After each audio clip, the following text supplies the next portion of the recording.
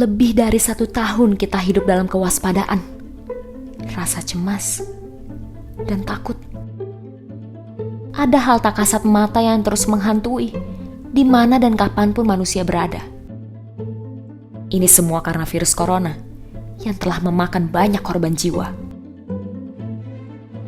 Virus corona berubah menjadi sesuatu yang lebih besar dan menakutkan dari apa yang kita bayangkan sebelumnya. Virus ini mengubah sebagian besar pola hidup manusia di berbagai penjuru dunia. Mulai dari menggunakan masker, menjaga jarak, hingga menghindari kerumunan. Indonesia menjadi salah satu negara yang juga terdampak virus corona. Virus merebak ke seluruh lapisan masyarakat Indonesia tanpa pandang bulu. Siapapun bisa saja terjangkit penyakit COVID-19. Sejenak, kita mengingat peristiwa awal kemunculan virus corona di Indonesia. Pada Senin 2 Maret 2020, Presiden Joko Widodo mengumumkan kasus pertama penyakit COVID-19 di tanah air. Presiden didampingi Menteri Kesehatan Terawan Agus Putranto pada waktu itu, mengabarkan 2 warga telah terjangkit virus mematikan tersebut. Ternyata orang yang telah terkena virus corona ini berhubungan dengan 2 orang. Seorang ibu yang umurnya 64 tahun dan putrinya yang berumur 31 tahun. Dicek oleh tim kita pada posisi yang ternyata pada posisi yang sakit. Dicek dan tadi pagi saya mendapatkan laporan dari Pak Menteri Kesehatan bahwa ibu ini dan putrinya positif corona. Itu baru awal. Hari-hari berikutnya, jumlah kasus konfirmasi positif virus corona di Nusantara terus bertambah. Tidak sampai 1 tahun, pada 27 Januari 2021, Indonesia mencatat angka penularan virus corona lebih dari 1 juta kasus.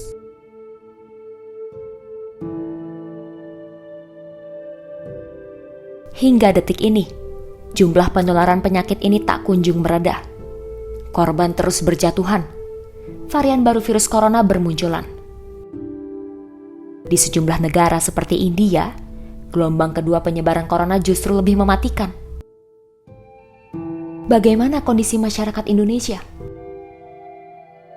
Sama seperti di beberapa negara lain, Indonesia pun belum lepas dari ancaman virus ini. Upaya pemerintah Indonesia untuk menekan penyebaran virus menghadapi berbagai tantangan dan tekanan. Dalam hal ekonomi, Indonesia menerima pukulan keras. Berdasarkan data Badan Pusat Statistik, ekonomi Indonesia pada triwulan 1 2021 mengalami kontraksi pertumbuhan.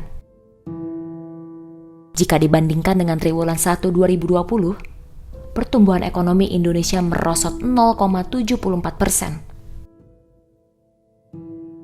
Kontraksi pertumbuhan ini menimbulkan efek tidak langsung pada peningkatan persentase kemiskinan. Berdasarkan data BPS 2020, sejumlah provinsi mencatat penambahan angka kemiskinan. Di Jawa Timur misalnya, jumlah kemiskinan pada semester kedua bertambah 0,37% dibandingkan dengan 6 bulan awal.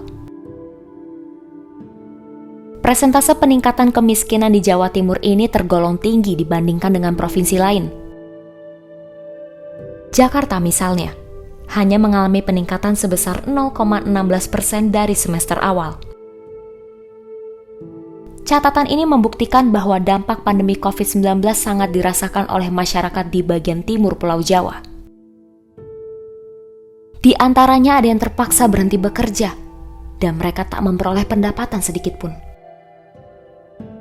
Pekerjaannya sebagai pelaku seni, kebetulan karena pandemi ini emang terdampak ya, karena kafe-kafe kan dilarang ada live musik, jadi otomatis agak merugikan juga sih, karena jadinya selama pandemi ini benar-benar nggak ada pemasukan.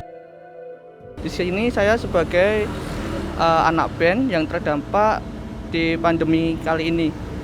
Saya terdampak karena saya tidak bisa manggung atau bahkan tur album saya.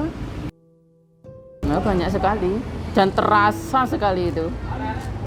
Karena biasa setiap hari ada yang beli seragam sekolah, nggak ada sama sekali hampir 1 tahun lebih. Hampir 1 tahun lebih 3 bulan. Tak hanya mereka, masih banyak masyarakat di tanah air, khususnya di Jawa Timur, yang terdampak akibat kondisi ini. Saksikan kisah mereka para pejuang di balik bayang pandemi hanya di kompas.com.